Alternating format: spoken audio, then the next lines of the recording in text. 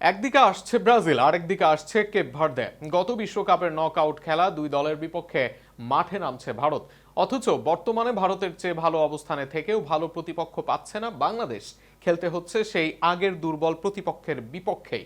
ব্যর্থতা কি বাংলাদেশ দলের নাকি ম্যানেজমেন্টের, সেই প্রশ্নই উঠেছে তাই এবার। দুই দেশের দুই বিপরীত অবস্থান নিয়ে থাকছে প্রতিবেদনে। গত বিশ্বকাপের চ্যাম্পিয়ন হয় স্পেন, একই আসরের ফাইনাল খেলে রানার আপ হয় আর্জেন্টিনা দল। এই দুই দলই একই বিশ্বকাপে 90 মিনিটে হারাতে পারেনি একটি দলকে, আর সেটা আফ্রিকার কেপ ভার্দে। বাকি সবার বিপক্ষে স্পেন জয় পেলেও জেতেনি কেপ ভার্দের সঙ্গে। অপরদিকে এই ম্যাচটা নাভিশ্বাস তৈরি করে আর্জেন্টিনার ভক্তদের জন্য। ভজিনিয়া কারবালদের সেই কেপ ভার্দের বিপক্ষে মাঠে নামবে ভারতীয় ফুটবল দল, যে ভারতীয় দলকে শেষ ম্যাচে হারিয়েছে বাংলাদেশ।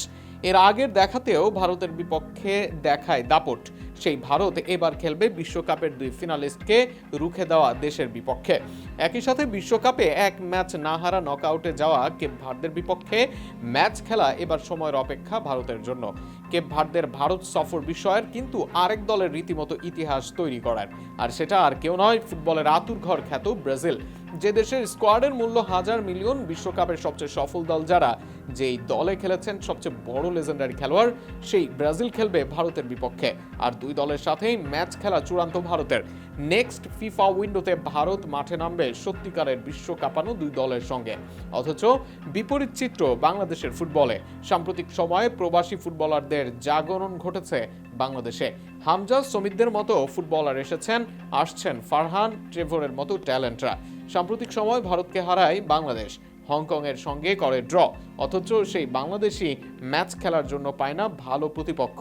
ঘুরে ফিরে নেপাল বা ভুটানেই আটকে থাকে বাংলাদেশের প্রতিপক্ষ। গত উইন্ডোতে মাত্র এক ম্যাচ খেলে ইউরোপে, এমন এক দলের বিপক্ষে যাদের ফুটবল ইতিহাসে জয় হাতে গোনা। এমনকি ফিফা র্যাঙ্কিংয়ের সবার শেষে থাকা দলের বিপক্ষে মাঠে নামে বাংলাদেশ। অথচ ফিফার ইতিহাসের সবচেয়ে সফল দলের বিপক্ষে মাঠে নামতে যাচ্ছে বাংলাদেশেরই সমকক্ষের দল ভারত। এমন কিছুর জন্যই তাই ভক্তদের কথা শুনতেই হবে বাংলাদেশ দলের ম্যানেজমেন্টের। কেননা পারফরমেন্সই সব কথা হলে ভারত এত বড় দলকে আমন্ত্রণ জানাতে পারতো না। আবার বাংলাদেশের সাম্প্রতিক দর্শক সমর্থন বা উন্মাদও কম নয় ভারতের চেয়ে। এরপরেও বড় দল দূরে থাক, বিশ্ব ফুটবলে মোটামুটি পরিচিত নামও আসে না বাংলাদেশের সঙ্গে ম্যাচ খেলতে। আগামী দিনে ভালো ম্যাচ প্রাপ্য দেশের ফুটবল ভক্তদেরও।